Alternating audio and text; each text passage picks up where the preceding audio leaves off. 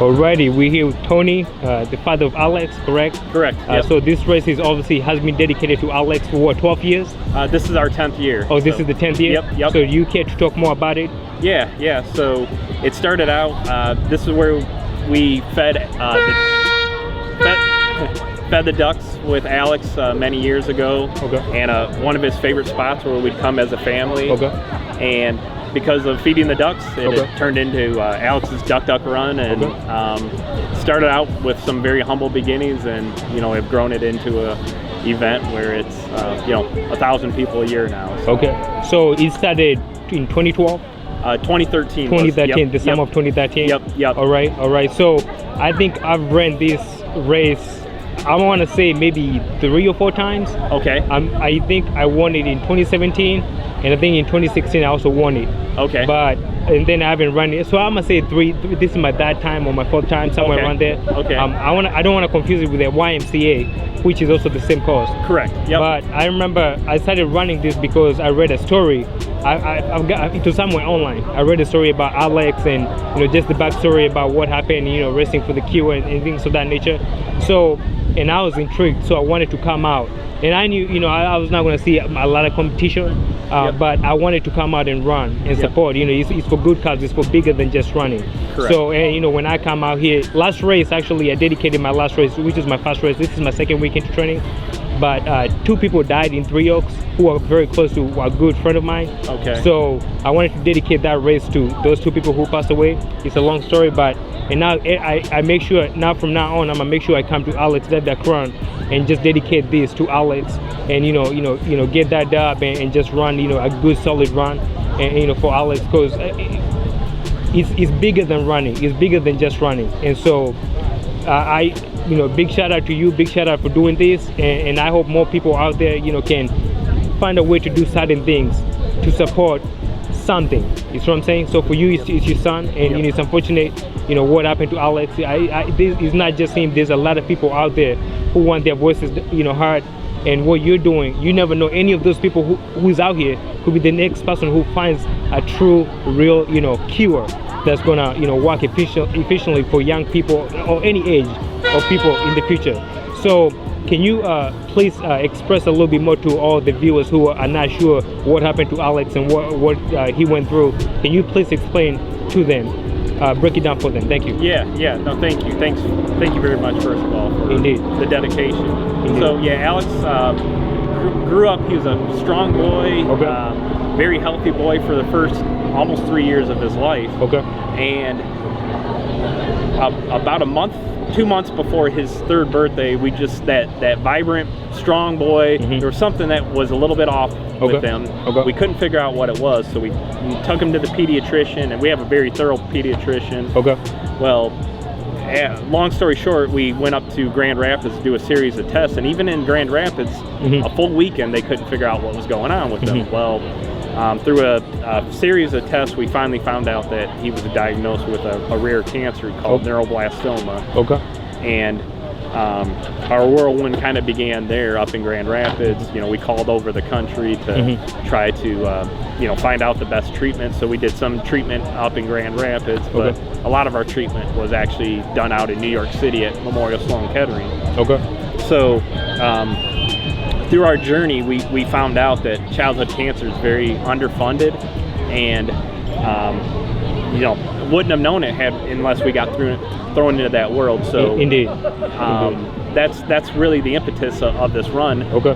The ironic part was I had gotten into running about a year before Alex was diagnosed, because I wanted to be around to watch my kids grow up. Indeed. And so my wife enjoys running, I enjoy running, and we said, well, let's do a little 5K, and it turned into just like I said, very humble beginnings to now it's we have a formal 501c3, the Alex Mandarino Foundation. Okay. Obviously named in Alex's honor, where we try to fight cancer by funding the best trials out there. Okay. And there's an amazing doctor that came down here from Michigan State. He's actually from Austria. Awesome.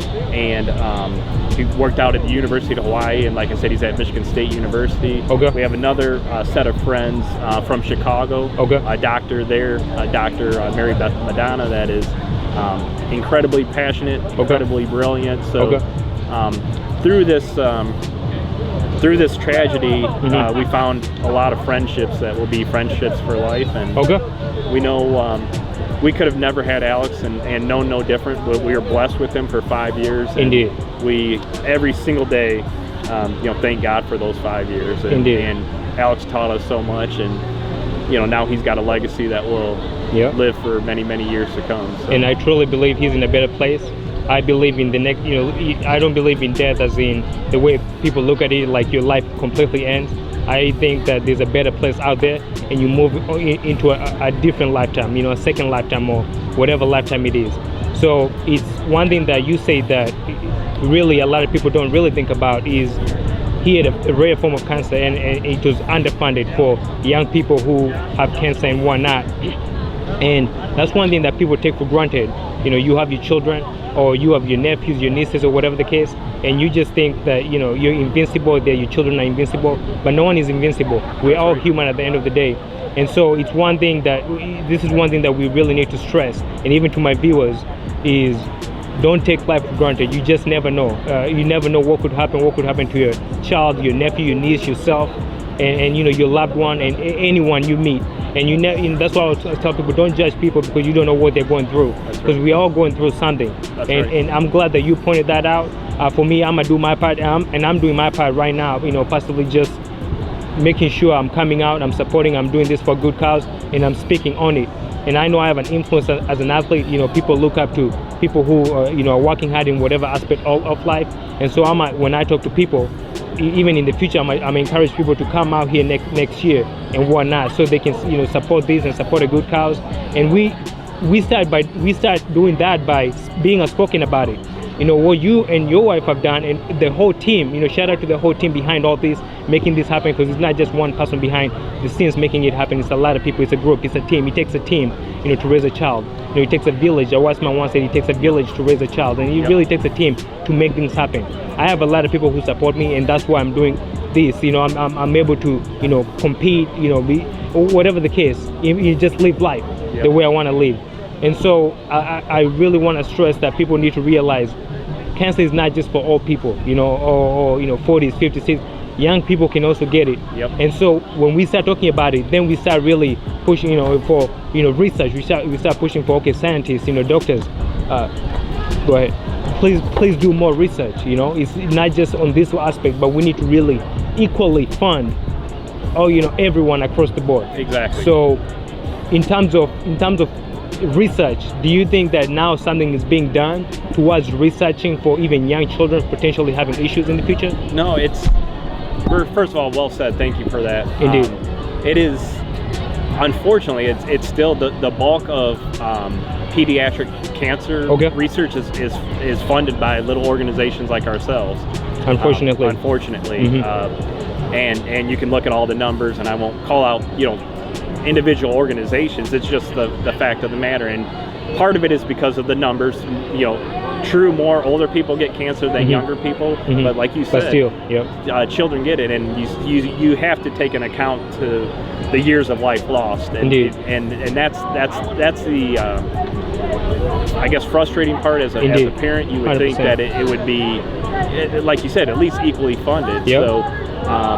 But I love this opportunity. Thank you for it, because it's all about awareness. Because awareness leads to better funding. Funding leads to better treatments. Better treatments leads to better success rates. So. And we can sit back and just talk about it at home comfortably, just watching TV, doing this.